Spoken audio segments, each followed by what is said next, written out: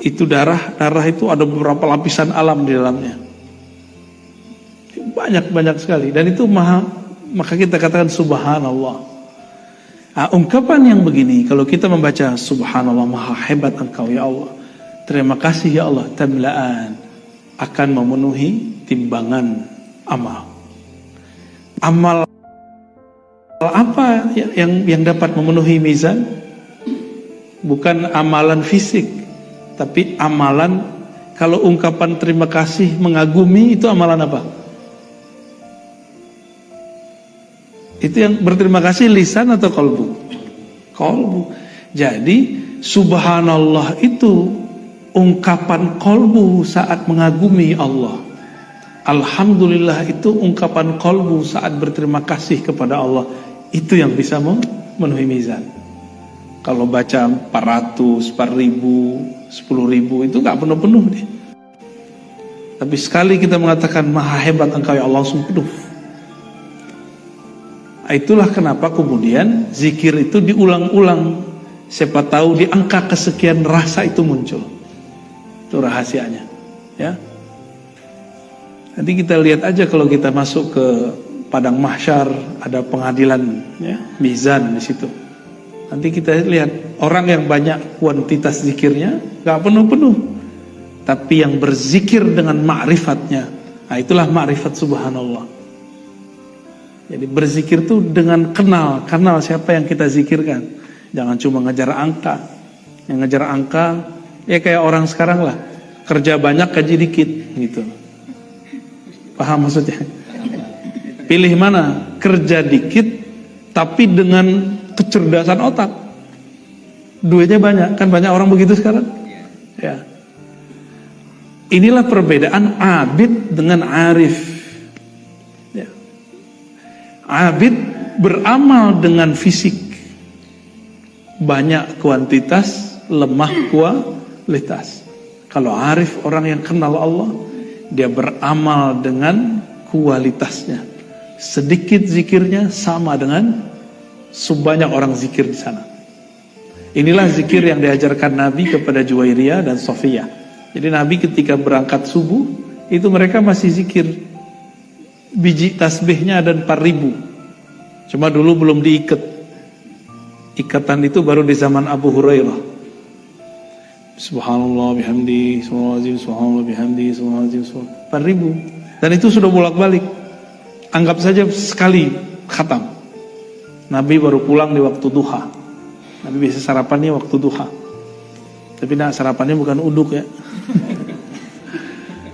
Pulang Rasulullah SAW lihat Juwairiyah, maukah engkau aku ajarkan zikir yang lebih afdol dari itu? Ini orang salah faham. Ada kelompok yang anti mazhab, anti kaifiat zikir, lalu mengatakan ini dalil bahwa menghitung zikir adalah bid'ah. Loh, apakah Nabi memdiamkan bid'ah? Seandainya bid'ah, tentu Nabi sudah mengingkarinya semenjak sebelum berangkat ke masjid. Menghitung. Enggak. Ini bab yang disebut kurikulum berzikir. Bahwa ada orang, kalau zikir pertama harus ngitung dulu, kuantitas dulu. Setelah kuantitas dikejar, maka Nabi naikkan makomnya. Kurikulum berikutnya, zikir kualitas. Satu zikir sama dengan sejumlah tasbih. Tasbihnya berapa tadi? 4.000. Kata Nabi, maukah engkau aku ajarkan zikir jika engkau baca sekali sama dengan sebanyak yang engkau baca tadi? Ya, Juwairiyah senang. Tapi Juwairiyah sudah mengalami zikir yang 4.000, sehingga dia tahu rasanya mana yang enak. Di saat itulah Nabi mengatakan, bacalah subhanallah bihamdihi adalah khalqihi wa zinata arsyihi wa ridha arsyihi wa midada kalimatihi. Boleh dibolak-balik gitu ya. Subhanallah bihamdihi adalah khalqihi wa zinata arsyihi. Ada riwayat lain, subhanallah adada ma khalaqa fis sama', subhanallah adada ma khalaqa fil ard, subhanallah adada ma zalik, subhanallah adada ma huwa khaliq. Intinya, maha suci Allah sesuka-sukamu ya Allah. Maha hebat engkau sebagaimana engkau hebat ya Allah, bukan sebagaimana aku yang mengatakannya. Engkau hebat bukan karena aku memuji. engkau suci bukan karena aku yang mensucikan, tapi sesuka-sukamu ya Allah. Jadi menyerahkan maknanya kepada Allah. Sekali baca itu sama dengan 4.000. Ada nggak yang mau begitu? Ya. Jadi antum nih baca zikir yang tadi, cuma rasanya nggak muncul. Sama aja, sama dengan zikir 1 kali. Nah, ini yang dilupakan oleh orang-orang awam sekarang yang pemburu pahala. Ya, banyak kan pemburu pahala. Wah, ini sama dengan 4.000 nih, dibaca sekali aja. Tapi dia tidak paham apa maksudnya. Subhanallah wa bihamdi adada khalqihi, maha hebat Allah sebanyak makhluknya. Wa zinata arsy, seberat arasnya. Apalagi Pak Haji? Seberat khalqi wa zinata arsy wa ridha nafsi, seridho-ridho Allah, sesuka-suka Allah. Wa midada kalimati, sebanyak bilangan kalimahnya. Ada yang tahu jumlah makhluk Allah? Ada yang tahu? Gak usah jauh-jauh, di badan kita ada berapa makhluk? Berapa sel di tubuh? Gak ada yang tahu kan? Sampai hari ini ahli biologi, ahli kimia gak ada yang tahu. Mereka cuma memperkirakan sekian miliar. Gak ada yang tahu angka pastinya. Lalu kita ngomong, maha hebat engkau ya Allah, sebanyak bilangan sel yang ada di tubuhku. Wah, itu semua selnya langsung hidup itu Pak. Dalam zikir thariqah disebut namanya kullu jasad. Zikir semua bagian tubuh. Tubuh kita diajak zikir biar sehat. Apabila ada bagian tubuh ini gak digerakkan, dia akan sakit. Jadi kenapa nih bapak ini suka sakit punggung? Itu darahnya gak gerak, maka dibekam, dikeluarin. Keluarin Pak, harus dikeluarin itu. Jangan diendon aja tuh ya. Itu darah kotor semua itu di punggung, harus dikeluarin. Makanya Nabi SAW setiap kali beliau badannya pegel, itu selalu kemudian bekam. Kepalanya berat, langsung bekam. Ya, enggak main ruqyah aja ya. Dikit-dikit ruqyah. Bekam dulu ya, amalkan dulu asbab-asbab zahirnya. Kayaknya ada yang habis dibekam nih. Bener hilang ya? Kepalanya hilang, kok sakit palanya. Itu bener Pak. Gak usah jauh-jauh. Tangan kita nih ada gatel-gatel, terus darah putihnya ngumpul dikit, nggak nyaman. Bener gak? Dan itu hanya bisa nyaman dikeluarin. Keluarin baru enak. Dan itu ajaib ya. Makanya disebut kalau kita baca subhanallah, maha suci, maha hebat engkau ya Allah, sebanyak bilangan makhluk, banyak sel di tubuhku. Udah, tubuh kita semuanya hidup tuh dari ujung kepala sampai ujung kaki. Kalau bacanya 33 begitu, sehat Pak rohani kita dan jasmani kita sehat langsung. Maka ahli-ahli zikir pun kalau sakit, dia nggak merasa sakit. Dia biasa aja, dokter aja yang bilang dia sakit. Dia nggak sakit. Guru saya dulu Abu Ya Hasan Basri divonis akan dibedah, operasi besar. Tapi sebelum dibedah, jadi cek di lab lagi. Dilihat nggak ada penyakitnya. Tapi kok beliau merasa ada yang sakit gitu. Disuruhlah baca istighfar sama dokternya. Dia nggak tahu yang disuruh itu seorang mursyid. Mursyid saya Pak dia itu. Istighfar Pak, istighfar. Dia bilang, oke, istighfar. Udah besoknya pulang. Nah, jadi kalau baca subhanallah, mulai baca subhanallah dengan ma'rifat, bukan dengan adat, angka. Adat bahasa Arab pakai dal, angka. Nggak pakai angka lagi kalau bisa. Angka itu cuma kurikulum aja. Kok ada sekarang kelompok yang saklek dengan angka, baik kelompok anti sufi ataupun sufi. Ini lucu ya. Yang anti sufi bilang hanya 33, kurang nggak boleh lebih bid'ah. Itu kan cuma contoh 33 itu. Emang kalau lebih nggak boleh? Ada. Terus ayat Qur'annya gimana? Ya ayyuhallazina amanu dzkurullaha dzikran katsiran. Wahai orang beriman, zikir sebanyak-banyaknya. zikir sebanyak-banyaknya. Sebanyak-banyaknya itu versi banyak kita atau banyak Allah? Nah, maksudnya banyak versi Allah. Ya. Udah segini umur Pak masih nggak ngerti juga ma'rifatullah, kan aneh. Masa harus anak muda yang ngajarin? Ya, harus mulai berzikir dengan ma'rifatullah.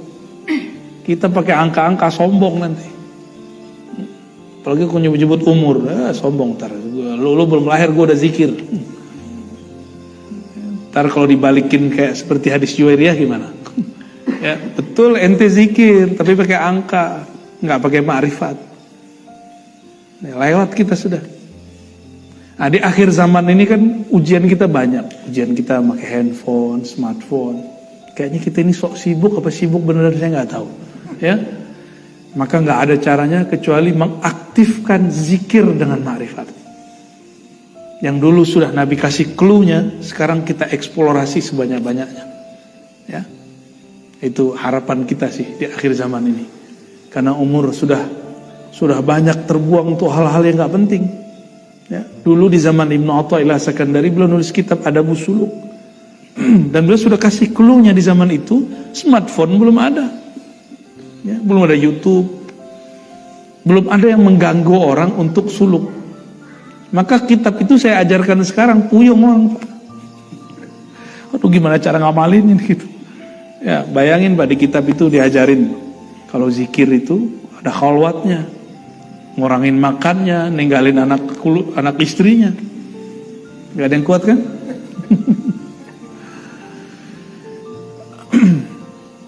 Au tamla ma baina as-samawati wal ardh was-salatu nur. Salat itu cahaya. Nur. Nur itu membuat apa yang ada di sekitar cahaya terlihat. Makanya ayatnya wasta'inu bis-sabri was-shalah. Kalau minta tolong dengan sabar dan salat. Gak cukup dengan sabar, mesti ada salat. Karena kalau kita salat, nanti akan ada pijar dalam kolbu. Allah tumbuhkan, Allah hidupkan, Allah nyalakan. Dengan nyalanya hati, kita jadi tahu masalahnya seperti apa. Jadi orang-orang yang tidak menghadapi persoalannya bis-shalah dengan shalah, dia nggak tahu persoalannya sebenarnya seperti apa. Nah, maka kita doakan supaya orang-orang yang ngurus negeri ini, dia kalau ada masalah dia sholat, ya, dia sholat 2 rakaat, itu bagus. Kita ada masalah apa aja pakai sholat Pak, coba aja. Masalah mulai salah rumah tangga sampai kepada anak-anak, pekerjaan. Kalau ada satu niat tertentu urusan, dibawa sholat. Kenapa dibawa sholat? Kalau kita punya masalah, kepalanya nggak ditundukkan, itu nanti ngerasa panik. Dengan ditundukkan kepala, energi kita kemudian full kembali. Kita bisa melihat masalah itu secara utuh. Ya, harusnya panik nggak jadi panik. Sahabat Nabi kehilangan sendal, panik. Tuh bayangin coba. Ngadunya ke Rasul, kan manja banget sahabatnya. Jadi sahabat Rasul itu manja-manja. Nabi ngajarin mandiri, apa kata Nabi? Sholli rakaatain. Salat 2 rakaat. Jangan ngadu ke saya. Ngadu kepada Allah, gitu maksudnya. Manja-manja ya sahabatnya. Ya? Was-shadaqatu burhan. Sedekah itu burhan. Apa arti burhan? Burhan itu argumentasi atau bukti. Maka sedekah itu adalah bukti kalau orang ini benar nggak cinta harta. Yakin nggak yang Allah kasih itu milik dia? Ini milik Allah, kalau Allah mau ambil, ambil gitu. Nah, dengan bersedekah, sedekahnya badan sholat duha, sedekahnya harta berbagi, sedekahnya ilmu mengajar, gitu. Nah, udah sedekah belum? Hari ini sedekah kita sholat sunat. Nah, udah sholat sunat belum? Maka di malam hari itu ada sholat malam, itu sedekahnya badan. Siang hari ada sholat duha, itu sedekahnya badan. Saya boleh nyebutnya sedekah badaniyah, sedekah fisik. Ya.